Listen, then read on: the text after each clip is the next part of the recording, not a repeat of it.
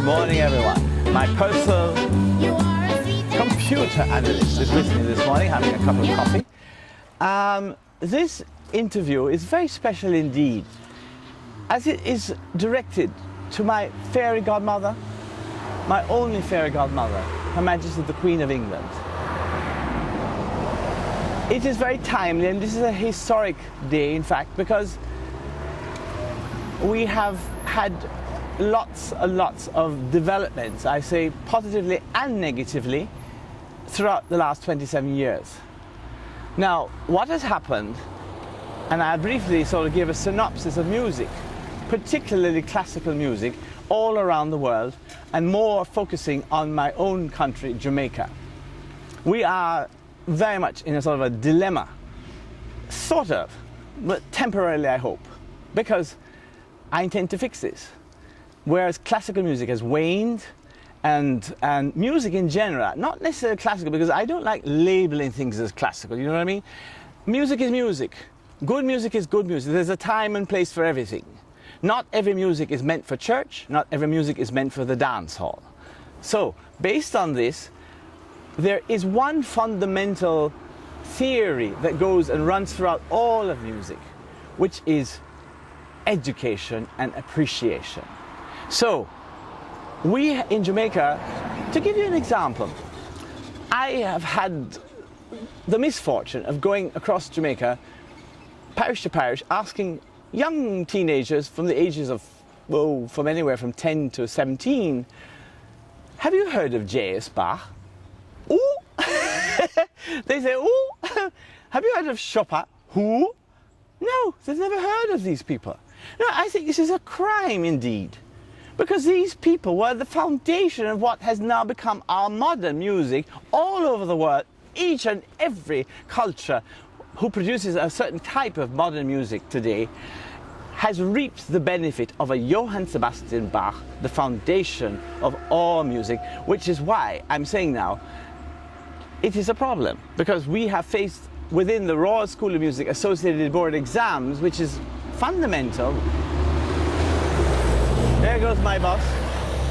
That Associated Board exam is pivotal to all our music, particularly all those Commonwealth countries, because it starts you from grade 1, 2, 3, 4, 5, right up to 8, and then the LR. And then beyond that you go on if you intend to do performance. You see what I mean? So basically, nowadays, as you know, yes, this gentleman here has a voice, just speaking to him, has a voice which would knock Sir Willard White apart into smithereens. His voice is, just the speaking voice alone, suggests to me that there's a potential waiting to be tapped. See what I mean? And he does have a leaning, am I right, towards opera? Yes, from I was a youth, from I was about 7, 8, 9-year-old, I usually listen to opera. I can't recall some of the person's name, right, but some of the symphonies that playing, yes, from I heard it as for hours, I would sit and listen after the other, and I usually listen it on BBC, because BBC usually have a program, of course, where they bring on, God bless the BBC, they bring on opera, yes, and I would just sit and listen, yes, for hours. Well, this is an example of, can you imagine the amount of talent that is wasted, particularly among the youngsters coming up, who going to come around and say, I mean, God bless Sean Paul, God bless Shabba Ranks, God bless the whole of the dance hall, because I love dance. I am the first one to enter the dance hall at night, and I am the last one to leave. Nevertheless, I say music education is important, because nowadays musicians in Jamaica say, me I go boss a rhythm. The rhythm is the only thing them know is the rhythm. They don't know about theory, about that you write and there's a staff, the treble clef and the bass clef, you know, and the staff, and you know, and that music is based upon rhythm in 3/4 or 4/4 or compound time, you know, things like that. One needs to know is in order to go from kindergarten of music to the next level, yes, let alone the top level. Yes. You know, and so this is why I have come today to speak to Her Majesty personally via this very unusual, Her Majesty, please forgive me, but I have to do it because I know you are my fairy godmother, indeed you are. I would like to let the world know also that we have come through difficult times, all of us, each and every one of us. Yet, there is still lots of hope, particularly in our youth, there is hope. And when I mentioned that, well, I sort of lost the thread, but I guess I was coming to it anyway. Music has to be explored, it has to be, opportunities must be given. No, I know what the thread was. I'm coming to Her Majesty because my festival, the International Music Festival of Jamaica, the IMF, funny, it's called the IMF. Anyway, no, it's a very serious festival. First I started calling it the Orrett, Rhoden International Music, and it sounded a bit sort of, you know, pedantic and a little bit sort of egotistic. So I just shortened it by calling it International Music Festival of Jamaica. It is the only classical music festival in the English-speaking Caribbean. It encompasses, under the umbrella of my music, classical music, which is what I've spent all my life studying, with the greatest of teachers, including Rosalind Turek, who I've worshipped at her feet, the high priestess of Bach. You know, I've decided to put this festival together in the winter months, from January to April of each year. Under the umbrella of classical music, all genres of music, from dancehall to reggae, yes, and the bossa nova, the tango, everything, the whole world will explode in Jamaica, musically. You see what I mean? And so the festival would be like that from January. Now, in addition, we don't have the facilities to properly house such a festival. We only have churches, small churches mainly, but we haven't got an opera house. Now, this is where I'm coming to Her Majesty, because I'm sure Her Majesty will agree with me. Any civilization deserves to at least have a concert hall or an opera house, such as in Sydney, yes, certainly, Sydney, Australia, and certainly Singapore has been a success story. Oh, extraordinary success story. Hong Kong is a success story. So why not the English-speaking world in the Caribbean, Jamaica, to make this opera house? And guess what I thought of?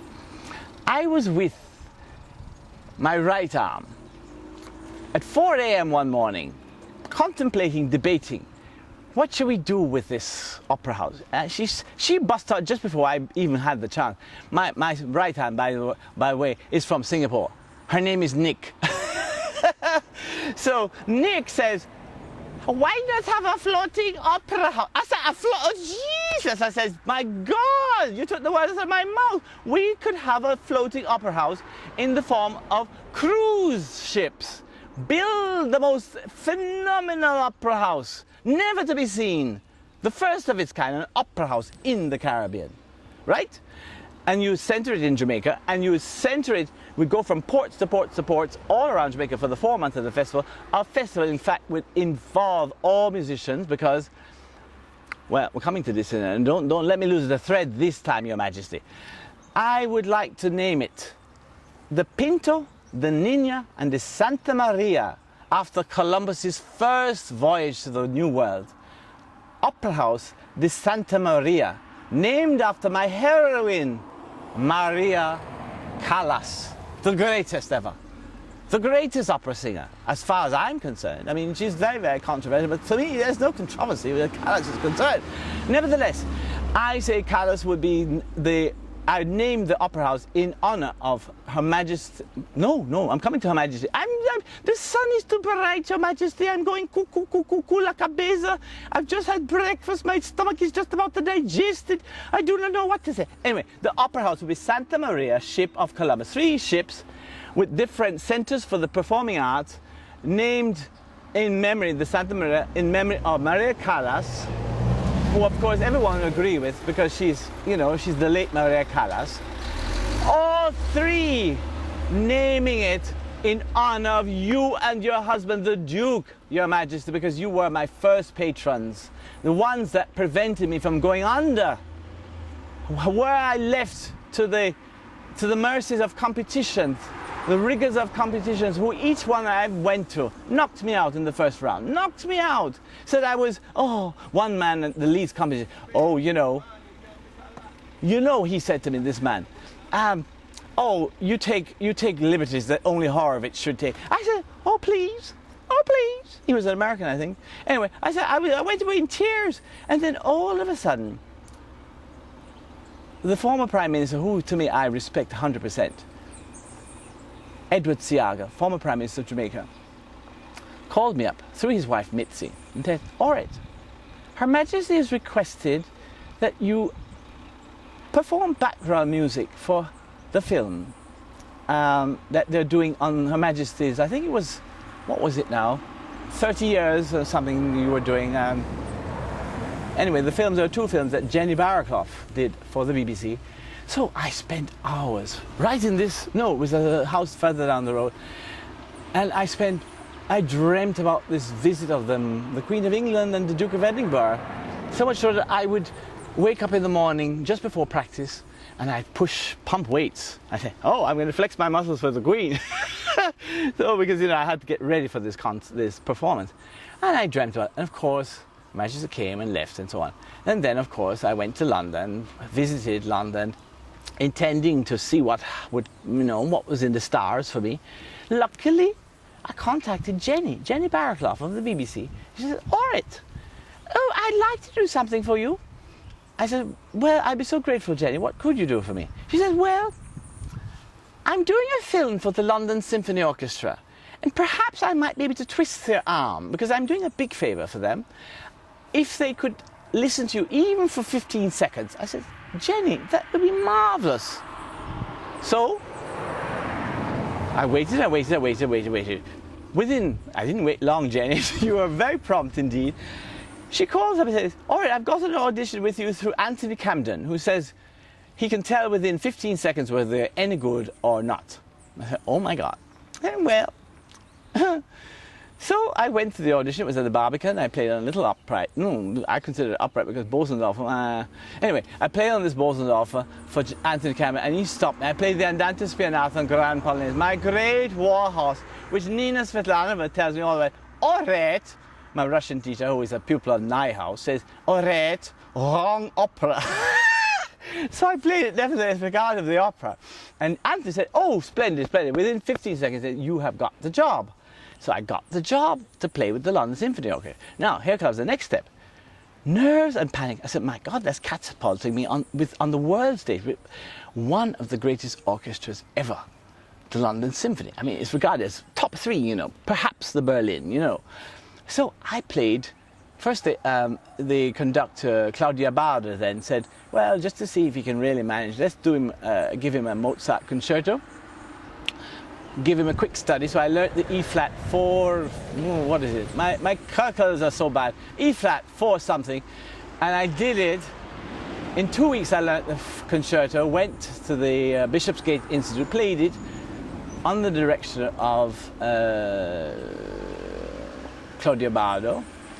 And he said, clap, the orchestra clapped, approval. So I got a date to play at the London Symphony. I said, my God, now here I go.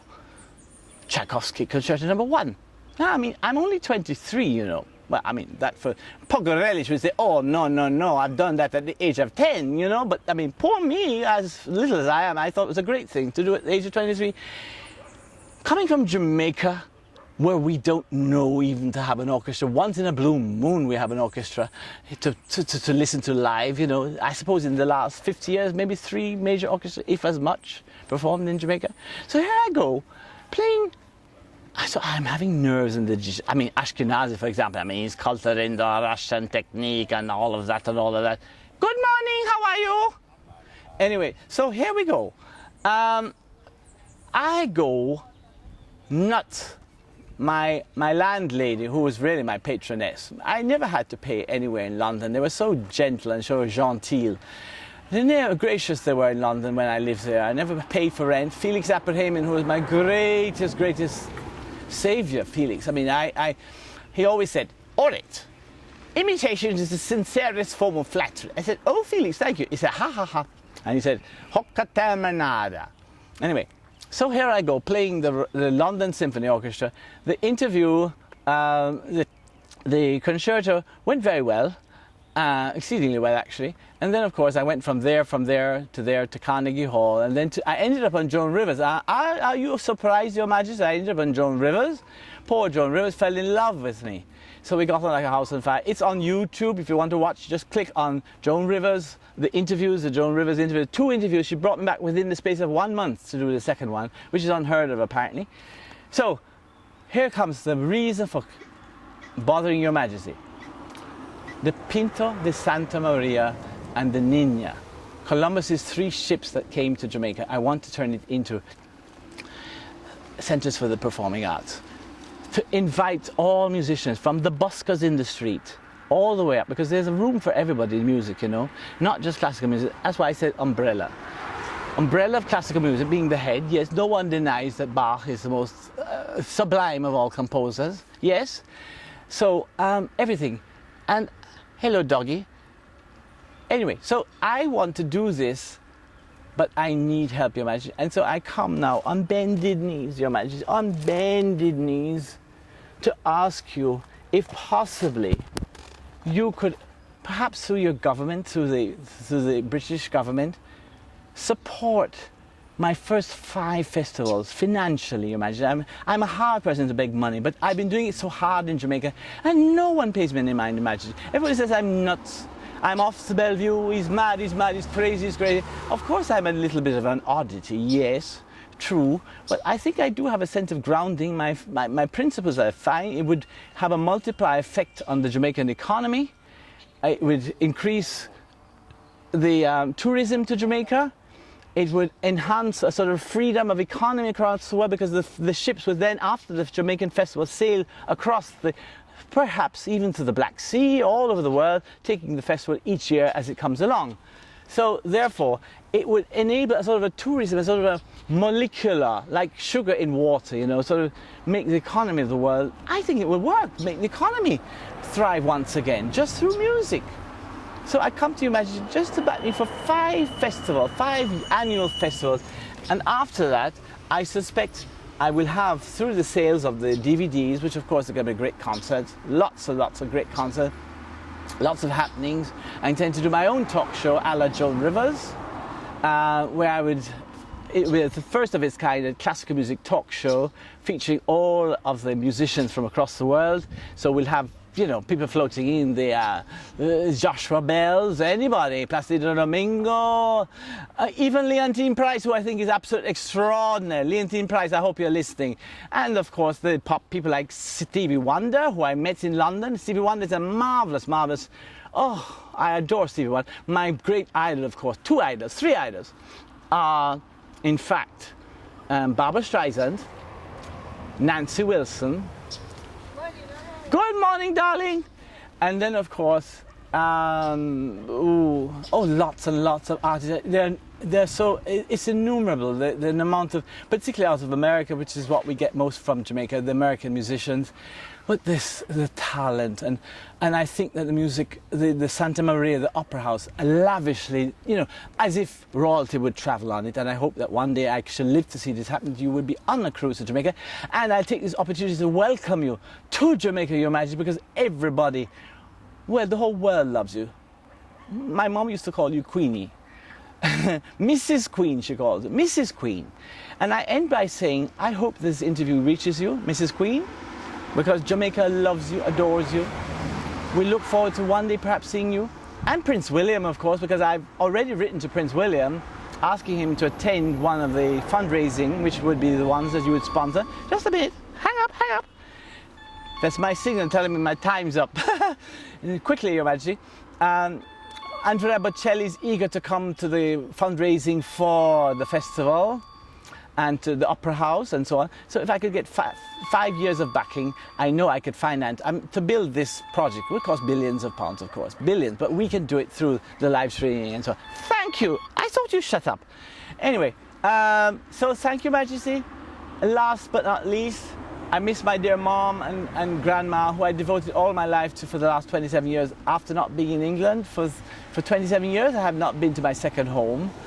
And I can only say, I adore you, Your Majesty, because you are indeed the epitome, just the epitome And except for one person, of course, my mom, who wears a hat almost as good as you, Your Majesty. Whenever she's going out to church from this little house here, she goes down the road dressed up for church, looking marvelous, of course, with her hat on. And everybody says, "Look out, Queen Elizabeth has come." So, God bless you. I hope the world agrees. Anybody who wants to partake, my email address is orrett.rhoden@gmail.com. My telephone number is 1-876-999-5768. Any rich entrepreneur who wants to contribute, we start contributing from now. We start the process of fundraising from now, because I think it's a magical idea. I mean, everybody's so blasé, my God. I mean, I want to even interview my television program. This is just, shut up. I want to interview people like Steve Urkel, I think is a genius. Chris Rock in America is a genius. Hillary Clinton, I'm voting for you right down here from Jamaica. And of course, I love America. I love the world in general. Everywhere in the world fascinates me. I want to do much more traveling.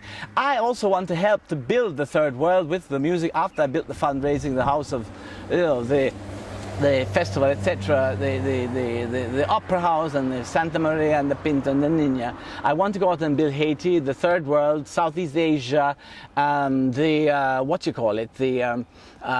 Africa. Oh, we have to build Africa, Your Majesty. We have to. Well, I mean, nobody wants to live in a palace, you imagine. Only you can live in a palace, dear. But I prefer to live simply and middle of the range, Havendale, which is called Heavendale by the natives, ironically. Anyway, goodbye. Thank you so much. I hope, I crossed my fingers. I left a letter at the British High Commission in care of Peter Brophy with my concept documents if needs be. Thank you ever so much, and God bless you. All of you, the world, Your Majesty, thank you so much. Say hello to the Duke for me. Goodbye.